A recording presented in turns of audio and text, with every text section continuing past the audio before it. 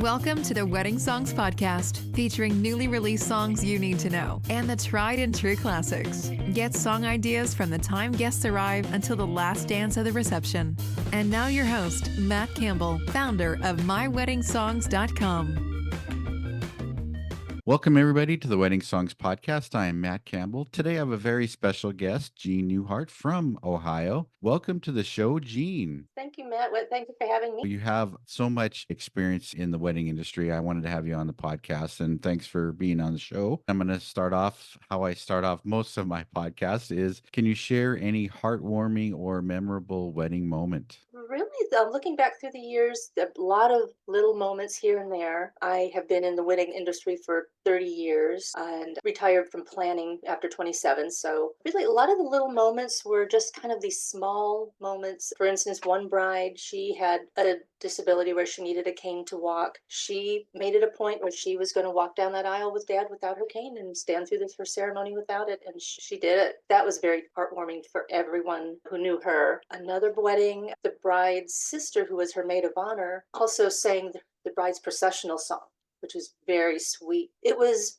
expected by the couple because they had planned it, but the guests didn't know that there was going to be as well. So that was a nice touch. Probably one moments that I really remember is during the reception, all the formalities were done, the cake cutting and the bouquet toss and all that, and the party was just in full swing. The bride and groom were on the dance floor with their guests, dancing, big smiles on their face. You could tell that they were just happy beyond measure. And they have not stopped smiling since the first thing this morning. They have smiled all day. And I had that little aha moment as that is why we do what we do. Not just the planner, but DJ, the photographer. We do it because we want to make them happy. Not for the money, not for this or that. But that was our why. So that was kind of a nice aha moment. I think it's interesting as people in the wedding industry, we can really pick out the people that are in love, and seeing those moments at weddings, I think make for very special moments, not only for them, but for us as well. Oh, yes. I started well before Facebook, the internet. That wasn't even a thing. But now looking back on Facebook, I can see where,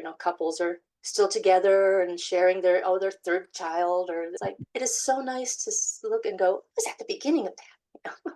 Right. I'm not trying to be a stalker or anything. I don't want to come across like that. And this is so nice to see they're still together. They're still happy. It's just a very, very nice feeling. I talked to Freddie one of my first interviews, and he was talking about my couples are my friends. I'm friends with them on Facebook. I'm following them, talking to other wedding professionals, that those of us who've been in there a long time, of course, we're DJing their kids' weddings. It's full circle. It's great. Yep. So can you tell people a little bit about your background and about you? Sure. Well, what I do, as I said, I'm a retired wedding planner and coordinator. So I started with the training back in 1994.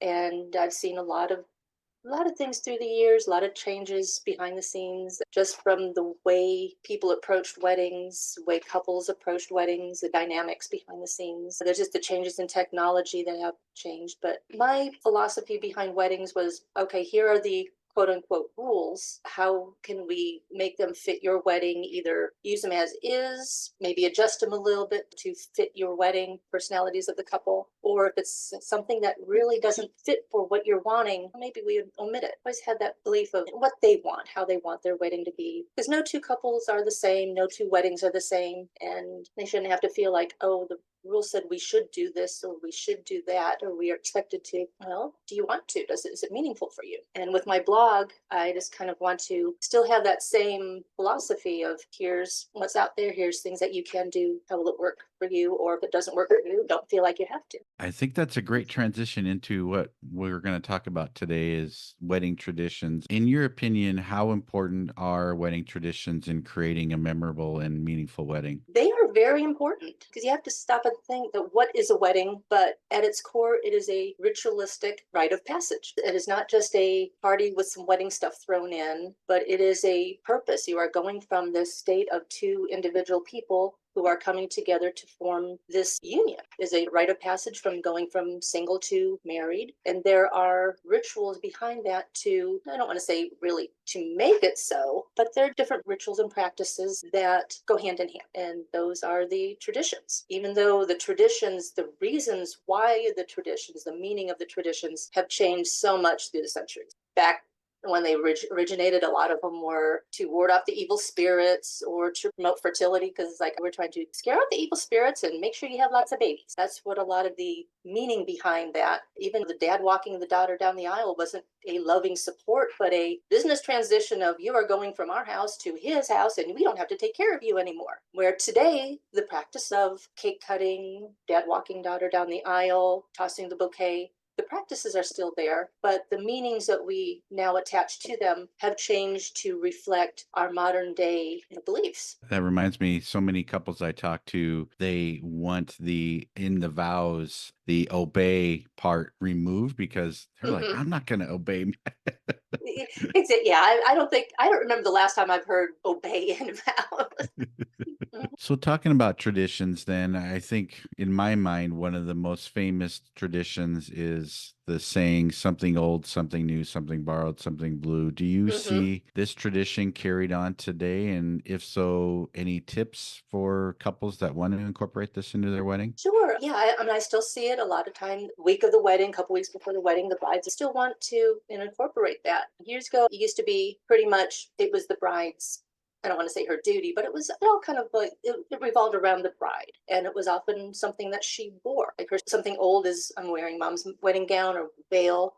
Something new, oh, I bought a new wedding dress. Borrowed, often a piece of jewelry, a necklace or a bracelet. Something blue. It's usually the garter and the lucky sixpence in your shoe. But today it's like, okay, they still want to do that, but with a modern twist, not necessarily what they're wearing, or also get their groom or the partner involved in these something old something, where Bella can wear borrowed dad's tie or grandpa's cufflinks. And if bride wants something a little bit different for blue for her, instead of wearing a garter, it's like, well, maybe some blue nail polish, some pretty rhinestone hair accessories. I think that's a really important fact that you're making, that it doesn't have to be, as an example, something blue. The whole dress doesn't have to be blue, or the whole Exactly. bracelet doesn't have to be blue. It could be, you mentioned the garter being blue. It doesn't mean that the whole garter has to be blue. Just maybe, like you're saying, blue rhinestones in there, or yeah, just a little, even just having your wedding date sewn into the hem of, the lining of your wedding gown with some blue thread. Something simple, but doesn't have to be in your face blue, but just even just little touches. Or if you really, really want a lot of blue, go for it. And I love that you're getting both partners involved with that. If I was getting married, maybe it's grandpa's pocket watch. Exactly, because something old that is kind of like our heritage, where we came from, and it is what it represents. That's the perfect thing. Weddings aren't just about the bride, and they never should have been in the first place. So it's wonderful that couples are realizing it's not just about her, it's about them. One may have more of a preference over a certain aspect of the wedding than the other, which is fine, but the input from the both is very, very important. Some of my favorite weddings to plan were the ones where both the bride and the groom were involved with the planning, and Totally not agree. just, oh, okay, the first time I met the groom was on the at the rehearsal. Yeah, I remember when I got married, just because being in the wedding industry, I had, a lot more say than the average person. But then my personality, like you're saying, my personality gets into that wedding day as well. Wedding is the beginning of your marriage. A marriage is a partnership between the two people. Why shouldn't it start with the wedding? Great tip. So what are some of the most common wedding traditions that you have encountered? Really, the more common ones, the cake cutting, bouquet toss, garter toss, having a wedding party, your bridesmaids and your groomsmen, things like that are just still very, very popular. I've actually had a couple who had no wedding party. And when it came time for the processional, they met at the back of the aisle and walked in together. But still, most couples are still doing the traditional father-daughter dance, mother-son, father-daughter, mother-son dance, and things of that nature. But it's not always done with the same serious formality as it was maybe 30 or 40 years ago, where it's like they're having fun. I was talking with the folks that teach choreography with couples getting married, and they say they see a lot where the father and daughter come in to get a little choreography routine for the wedding. So it's like, yeah, let's have fun with it. I actually have a friend choreographer as well, and she says the same thing, that sometimes it's the mother and the son, mother and the groom, and it's not just stereotyped just for the choreographed dance, just for the wedding party, or just for the wedding couple. Right. Going off of traditions too, what we're seeing is it really depends on where you're located, where we're seeing a lot of cake cutting being cut out of it because exactly what you're saying, couples want to have fun. Hmm. So really that time that it takes for the garter toss and the bouquet tosses, you're talking half hour sometimes just to get everybody rounded up. That's a half hour of your reception time. And a lot of couples are choosing to forgo those traditions. And really, yes, if you are having an event that is just kind of has a good flow to it, they're not going to mind it being omitted. But if it's a lot of stop and start and wait, then they're going to notice, oh, wait a minute, they didn't do and it doesn't mean that you have to do each of these things. If it's not important to you, don't. I had one couple, they didn't have a wedding cake. They had, their favorite dessert was flan, kind of like a custard.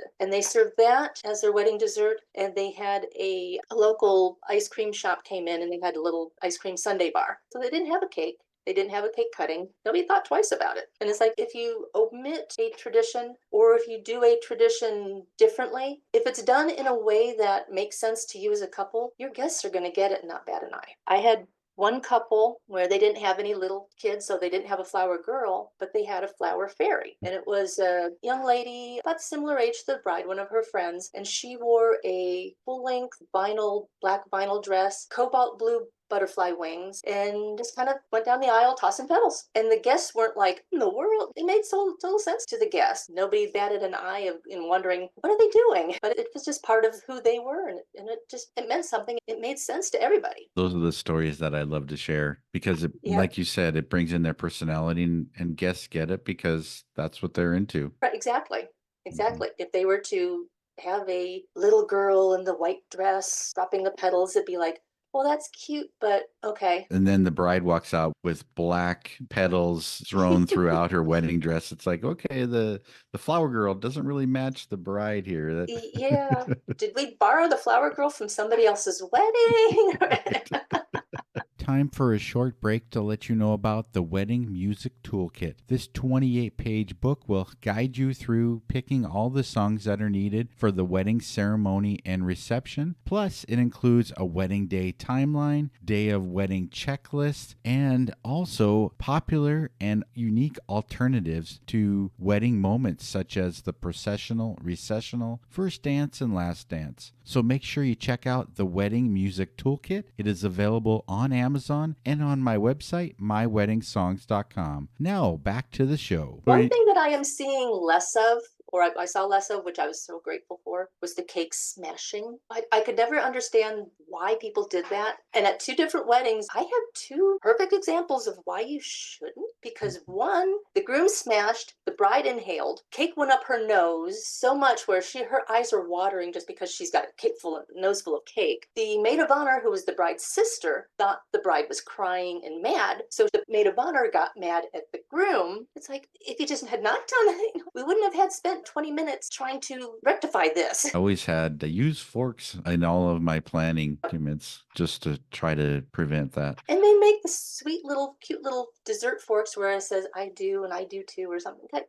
cute little saying on them. It's like, yeah, because you're not going to smash with a fork. I mean, that is a good point. Have you seen any other traditions that have kind of faded away? People are not doing bouquet and garter toss as frequently as before. Some of it is, well, we're the last of our friends and family to get married, so they don't really have the single folks to participate. And also they kind of want to get away from the people scrambling on the floor to get something. So they either just totally omit that or they change it to where, okay, instead of tossing the bouquet, I'm going to present it to my grandparents or have an anniversary dance and present it to the couple or the married the longest. Or the garter, the idea of the groom tossing something, but they don't like the idea of him going up her dress, which I say, when you do that, have the garter below the knee. He doesn't have to go far if you choose to do the garter removal. However, if you don't want to do a garter removal, but you still want to do a garter toss, fine. It doesn't have to be the two-part thing. Just don't do the removal, just toss it. Or I didn't see this personally, but I saw online where they called it a whiskey toss, where they had an empty whiskey box and tossed it,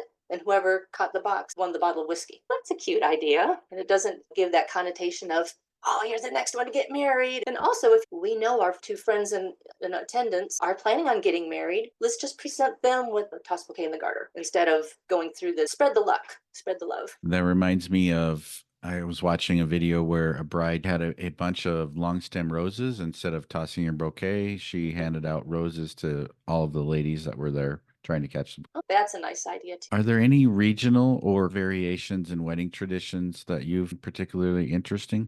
Some cultural that I have seen. The bride's heritage was Chinese. The ceremony itself was more of the traditional Western ceremony, but they did incorporate the Chinese tea ceremony into it, which was very nice. Later on, she wore a white wedding gown for the ceremony, but later on, she did change into the traditional red gown for the Chinese heritage. Hand fasting, had a few couples do that, which was very nice. I like the tradition where the tie the knot, term originated. Had a couple who were originally from Ghana, but they lived here in the United States. They had gone to Ghana and gotten married, but they came back to the United States and had a ceremony and reception here. The ceremony was more traditional Western ceremony, but they wore traditional Ghana attire. And they did have a photo album from their ceremony over in Ghana, so guests could see photos from that as well. So that was just nice. Being in Dayton, we're Wright Pat Air Force Base, so we get a lot of military weddings. So it's not necessarily a country culture, but a military culture of these Arch of Sabers, Arch of Swords. I've told this story before where somebody was in the military, pulled out a sword, and then cut the top of the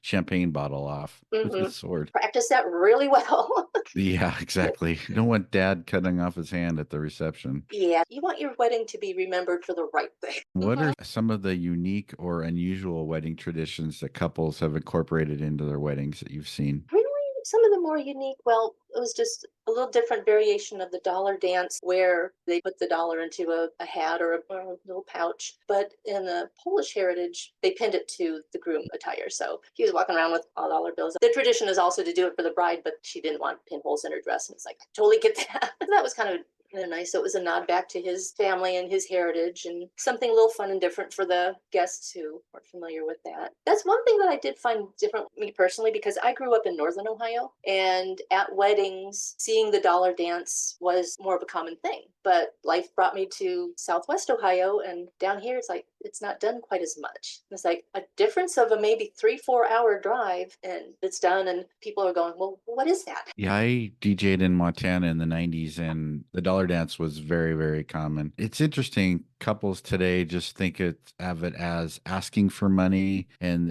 they've changed terminology, being the honeymoon dance or whatever they term that. So it's really fallen out of favor, but it really depends on, like you said, where you're at. If it's commonly happening, then your guests will expect it, and they'll know to bring a few fives and ones to happen. Tell your couples, okay, don't have a cash bar. Don't make your guests pay for something at your wedding. But the dollar dance is different because it's something that is a common tradition that the guests are familiar with. You're not making them pay for that. They are participating in a tradition that they are comfortable with. Or if they don't want to participate, they can just stay in their seats and watch. Exactly. And the one benefit that I love from it is the couple gets to see everybody that's at their wedding and has a quick conversation and has the time to say thank you instead of running from table to table or whatever. Right. Or doing a receiving line, which isn't done as often. And it's like, well, because it takes time. And a lot of times, if your ceremony and reception are in two different venues, you are cutting into that time in between where you should be getting your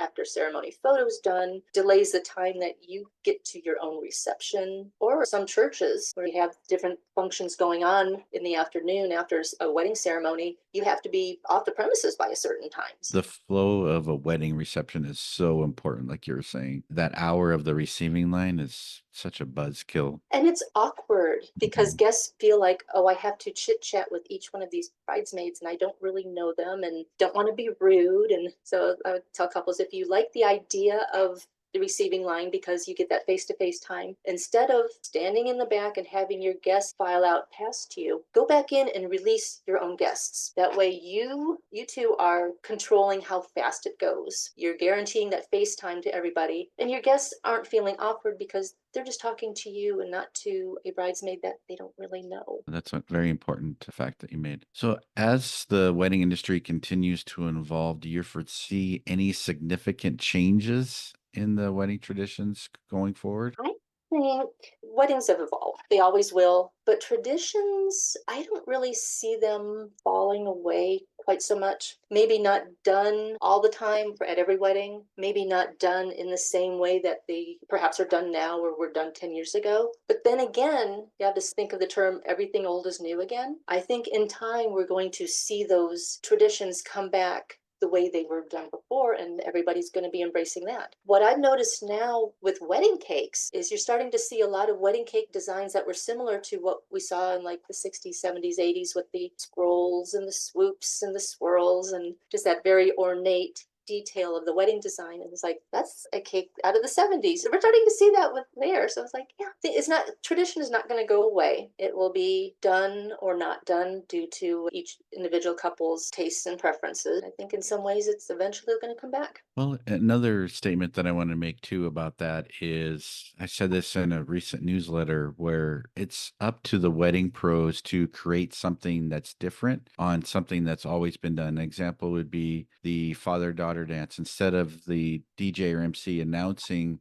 that, okay, ladies and gentlemen, we're about to have the father-daughter dance, why don't you have the mother of the bride come up and invite her husband and her daughter to the dance floor? Just have something that's a little bit different, and that's just going to make that moment stand out so much more. A little more personable that way, and it's a lovely idea. Thanks. Was there anything else you wanted to cover today about wedding traditions that we didn't talk about yet? Not really. Just one thing I want to let couples know that when it comes to not just wedding traditions, any choice that you make for your wedding, do it not because, oh, we're supposed to have we're supposed to have, do it because you want to. Do it because it has some sort of meaning to you. And by having meaning to you doesn't have to be the meaning that as wedding pros we attach to that particular practice. But even if it has meaning to you, it's just like, I like it. If that's the meaning that it has for you, perfect. Do it because you want to, and it makes sense for you and your partner to have it at your wedding. Cheers to that. I totally agree. Don't always do what mother-in-law wants you to do, or your mother. One of my favorite quotes is, the most damaging phrase in the language is, it's always been done that way. And that quote was by, I thought I had it written down because I have little quotes and stuff, but the woman is actually, she was, I think, a physicist who said it. So it's like she's not even speaking in relation to events or anything romantic, but just a life statement. And it's like, yeah, don't do it because it's always been done that way. Don't do it because you should, quote unquote, should. When it comes to a wedding, what should you do? Have a marriage license, have somebody who can legally marry you. That's it. Exactly. The reason that you're there is to get married. And you want it to be done legally. Right. Hopefully. Everything else is, what do you want? Years ago, I was meeting with a bride, and she had commented to me that her best friend told her that she doesn't need a wedding planner. What do I think? I said, honestly, you don't need a wedding planner. You don't need a photographer. You don't need a caterer. You don't need a DJ. You don't need, but do you want one? What do you need? A marriage license and an officiant who can legally perform the ceremony. That's what you need. Everything else is, what do you want? Do you want your wedding day to go smooth? Do you want to be able to relax? You might want a wedding planner. Do you want to have great food and people who are going to be behind the scenes making sure that the trays aren't empty? You want a caterer. Do you want music that is going to be playing, keeping people on the dance floor? Someone making announcements at appropriate times and to go down the microphone? Then you want that professional DJ. It's funny. The three things you mentioned are the three most important things I always say is a day of wedding planner, just to make sure things go smoothly. And people always remember how the food tasted and if they had a good time. So that's the caterer and the DJ. Yep.